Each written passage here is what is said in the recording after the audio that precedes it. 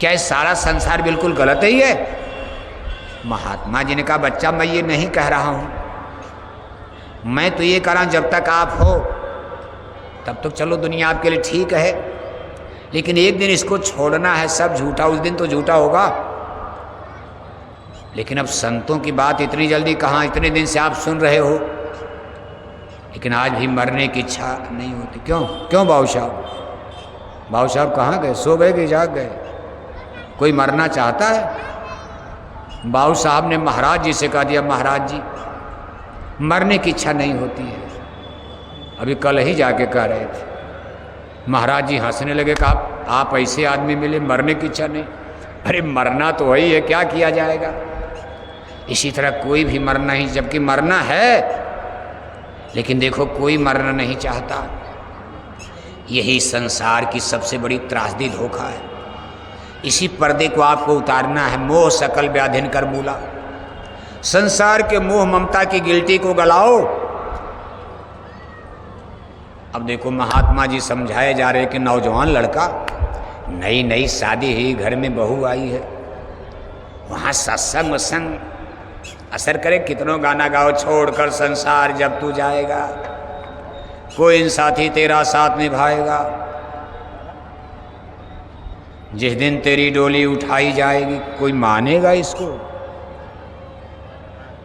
अब लड़का कहा महाराज तो महात्माओं के पास समझाने के बड़े बड़े तरीके होते। महात्मा जी ने उस बच्चे से कहा बच्चा ठीक अच्छा तुम हमारी इच्छा है कि आप 1 हफ्ता 2 हफ्ता हमारे आश्रम में रुक जाओ। लड़के ने कहा ठीक है गुरुजी जो आदेश। लड़का वहाँ रुक गया, महात्मा जी का सत्संग भी सुनता रहा, और महात्मा जी इसी बीच में उसको एक क्रिया जिसको प्राणायाम क्रिया कहा जाता, इसको भी धार्मिक तंत्र में एक तरह की ये भी साधना है। अपने प्राण अपान वायु को अंदर में रोक करके अंदर में चढ़ा देना, श्वास क्रिया को रोक करके। अब इस जमाने में तो इसको कोई कर नहीं, पहले जमाने में लोग करते थे जब शरीर ठीक ठाक था। इसमें आपके पास तमाम बीमारी करोगे तो मरी जाओगे आप। आपका फेफड़ा गड़बड़ है, किडनी गड़बड़ है, किसी का हार्ट गड़बड़ है, किसी को शुगर है, किसी को भूखंदक, नहीं कर पाओगे आप। लेकिन गुजरे जमाने में लोग करते थे प्राणायाम क्रिया, अपने ख्याल ध्यान को श्वास के द्वारा अंदर में ले गया करके चढ़ाते थे इसको प्राणायाम। लड़के को खैर प्राणायाम क्रिया सिखा दिया, पारंगत हो गया। जब इस विद्या को सीख लिया तो महात्मा जी ने कहा बच्चा आप घर जाओ, छुट्टी है, लेकिन अपने घर में भी कल सुबह उठना, तो आप इस क्रिया को घर में भी करना, सोए सोए ही करना। लड़का अगले दिन उठा तो बस चारपाई पर लेटे ऐसे कर दिया, हाथ पैर उसका फैला हुआ था। बच्चे ने क्रिया किया, ध्यान अंदर में चढ़ गया। अब बाहर किसको याद ही नहीं है, सूरज निकल गया, दिन निकल गया। सब लोग कह रहे भाई ये तो सुबह उठने वाला बच्चा, सुबह उठकर कुछ पूजा पाठ धर्म कर्म करना। आज दिन निकल गया, 8 बज गया, अभी तक सो रहे, जाकर के लोग जगा रहे। तो देख रहे तो मुर्दा हो गया, शरीर बिल्कुल सुन्न हो गया। जब ध्यान अंदर में चला जाता, ख्याल ध्यान, तो शरीर बिल्कुल सुन्न मुन्न, इसको सुन्न समाधि अवस्था कहते हैं। आपकी भी जब सूरज चढ़ेगी, ध्यान लगेगा तो शरीर सुन्न हो जाता। उसमें कोई सुई भी चुभाए तो जल्दी असर नहीं करता, पता ही नहीं चलेगा, तब शरीर एकदम सब कष्ट क्लेश पुंचितवत कौशलपुर गए हो, यानी चेतना उधर चली जाती, होश हवास उधर। उसकी स्त्री गई जगाने, वो देख करके अवाक हो गई, लगी जोर जोर से रोने, ये तो मर गए। अब जब मर गए तो पूरे गांव में हल्ला मच गया, तो बेचारा मर गया। पूरे टोले मोहल्ले गांव जीवार के लोग इकट्ठे हो गए और सब लोग कहने लगे कि बड़ा गजब हो गया, अभी कल गुरुजी के आश्रम से आया, रात में क्या हो गया, इसको कोई बीमारी भी नहीं थी, सांप काट लिया कि क्या हो गया, कि जहर खा लिया, कैसे मर गया आखिर। अब लोग कारण ढूंढ रहे, लेकिन लोगों का भाई कारण ढूंढने से क्या फायदा, जो होना था हो गया, चलो जला दिया जाए, फूंक दिया जाए। अब कफन दफन करके तैयारी होने लगी। तब तक गुरुजी वही महात्मा जी अपनी झोली वोली टांगे हुई उस रास्ते से गुजर रहे, आकर के प्रकट हो गए। अरे कहा भाई क्यों रो रहे हो? अरे कहा महाराज आपका चेला तो मर गया, कल आपके आश्रम से आया, ना जाने रात में क्या हुआ कि मर गया।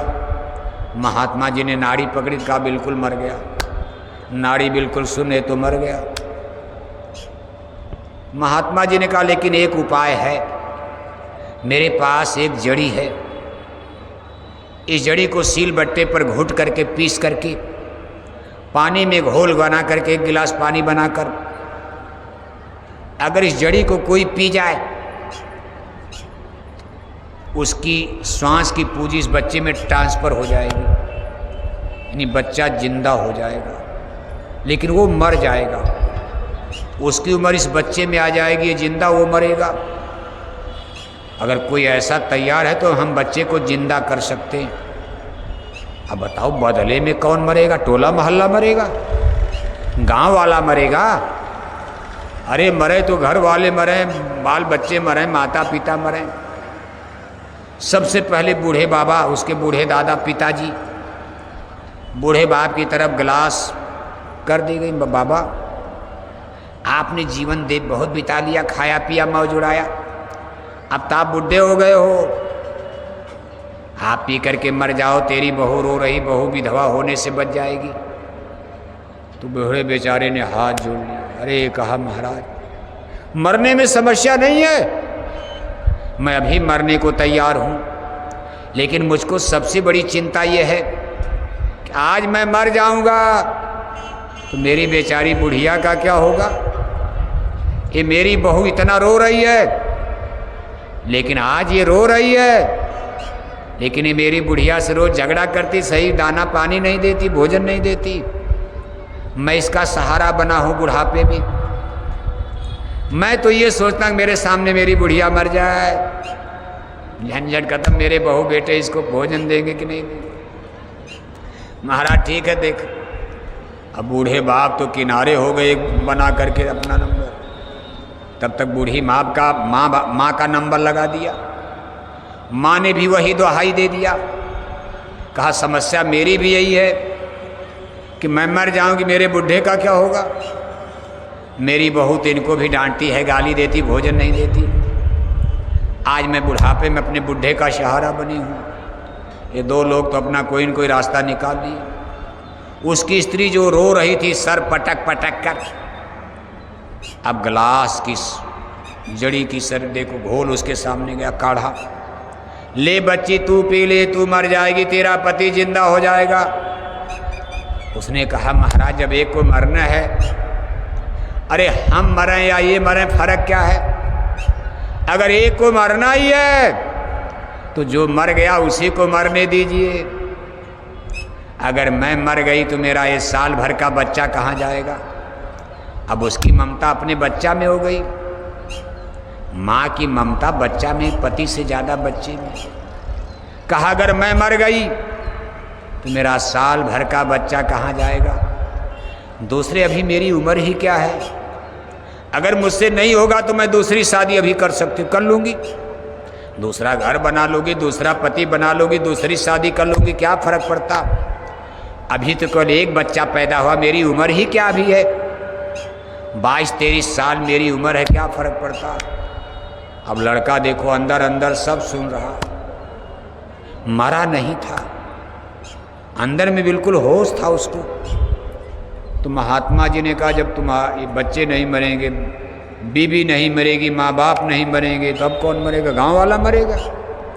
तो महात्मा ने कहा मैं इसका गुरु हूँ, ये मेरा चेला, मेरा भी तो रिश्ता है, चलो अपने शिष्य के लिए मैं ही मर रहा हूँ। सब लोग हाथ जोड़ करके खड़े। अरे कहा महाराज साधु संतों का जन्म तो इसीलिए होता ही है, परोपकार वचन मन काया, संत स्वभाव सहज खगराया, वृक्ष बहु नहीं फल भखे, नदी न संचय नीर, परमारथ के कारणे संतन धरा शरीर। अरे कहा महाराज साधु संत महात्मा तो इसीलिए जन्म लेते ही मरने कटने के लिए, दूसरे के हित के लिए। आपके न कोई बेटा न बेटी, न कोई दाएं न बाएं, न कोई रोने वाला न गाने वाला। अगर आप मर भी जाओगे क्या फर्क पड़ता? बेचारे की जिंदगी बच जाएगी, बेचारी विधवा होने से बच जाएगी। महात्मा जी ने जड़ी पी लिया, और तुरंत धरती पर धड़ाम से गिर गए और इशारा किया तो लड़का उठ करके खड़ा हो गया। अब गुरुजी गिरे पड़े, उधर कोई नहीं देख रहा। लड़का जिंदा होकर के खड़ा हो गया तो सब लोग दौड़ा रहे, मेरा बेटा जिंदा हो गया, मेरा पति जिंदा हो गया, मेरा रिश्तेदार जिंदा हो गया। अब गुरुजी मरे पड़े, उधर कोई नहीं देख रहा। मरने दो गुरुजी को, साधु लोगों को मरने दो। तब तक लड़के ने जोर से डांटा, खबरदार, मेरे पास कोई नहीं आएगा। सबको धिक्कार रहा है।